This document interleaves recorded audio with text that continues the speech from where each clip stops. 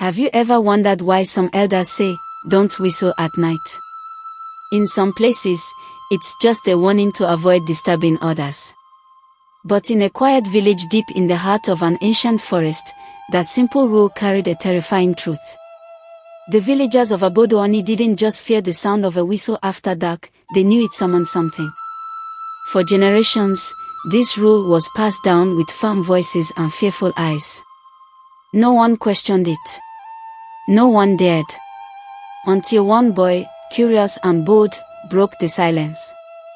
His name was Ozoemena. And what followed would be remembered for lifetimes. Ozoemena was 13 seasons old. He had sharp eyes that missed nothing and a voice that asked more questions than any elder had the patience to answer. He was the kind of child who stared too long at the sky, who listened too closely to the trees, who wanted to know what others preferred to leave unknown. "Papa," he once asked, "why does the wind speak at night?" His father, a proud palm wine tapper, chuckled. "Because it carries the dreams of spirits." "And why don't we whistle at night?" he asked another time. His mother dropped her calabash. "Ozoemena, don't speak of such things. Do you want to call trouble into our home?" But that answer wasn't enough. Why not whistle? What could possibly happen? And so, on the night of the next full moon, while the village slept under a sky full of stars, Ozoemena decided to find out. The village of Obodo-Ani was silent. No drums. No laughter. Just the whisper of trees and the buzz of crickets. Ozoemena crept from his hut, barefoot and brave, and walked toward the edge of the forest, where the ancient Iroko tree stood like a watchful giant. He looked up. The moon bathed the world in silver. He took a deep breath. And whistled. Just once. A thin, high note that slipped into the night like a knife. He paused. Nothing. So he whistled again, louder, longer. That was when he heard it. Another whistle. Not his. Not human. It echoed from the trees, sharp and strange. "Who's there?" he called, trying to sound bold. Silence. Then, hoo-hoo, the whistle came again, this time much closer. Ozoemena's heart pounded. He took a step back. And then he saw it. Something moved between the trees. A figure. Thin. Tall. Its arms hung too low, its face hidden in shadow. Ozoemena couldn't move. His legs felt like they had turned to yam. The figure stepped into the moonlight. It was a man, or something that looked like one. But its eyes were wide and glowing. Its smile stretched too far. Its fingers curled like dry roots. "You called me," it said. The voice was soft and cracked, like dried leaves crunching underfoot. "Why?" Ozoemena couldn't answer. "You whistled, didn't you?" The boy nodded. The creature's smile grew wider. "Then you must come." A sudden gust of wind blew through the forest, and the moonlight dimmed. The trees seemed to bend closer. The air turned cold.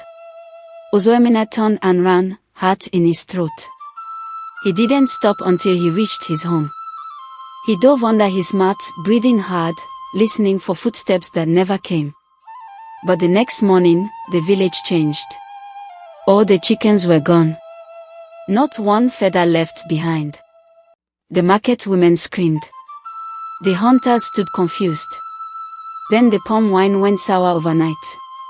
Every jug, every pot, thick, black, and bitter. By the third night, children began to fall ill. Their bodies burned with fever. They tossed and turned in their sleep, whispering strange things in their dreams.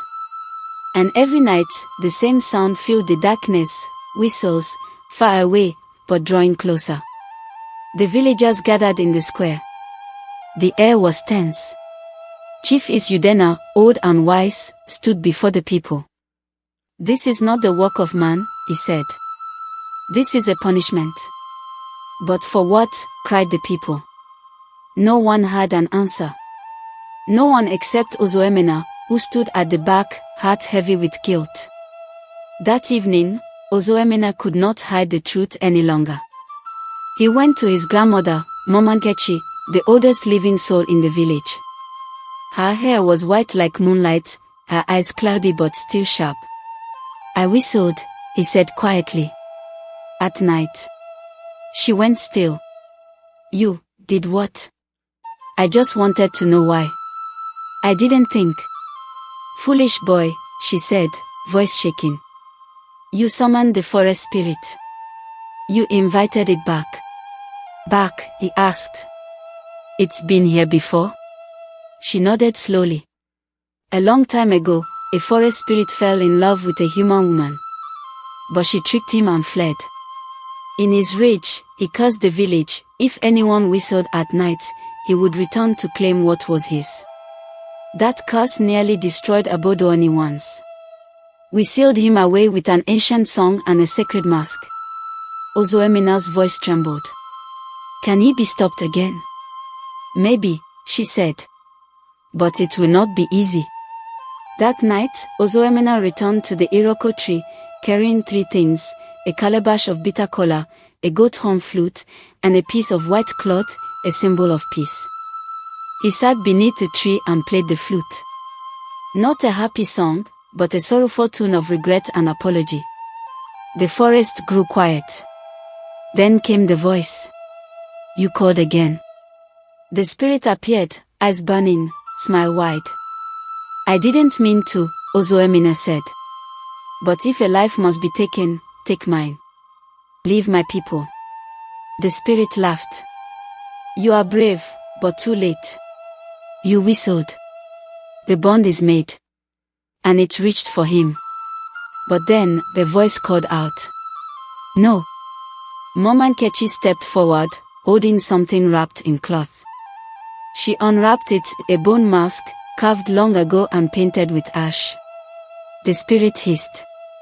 "That mask was forbidden. It was made to bind you," she said, standing firm. "And it will do so again."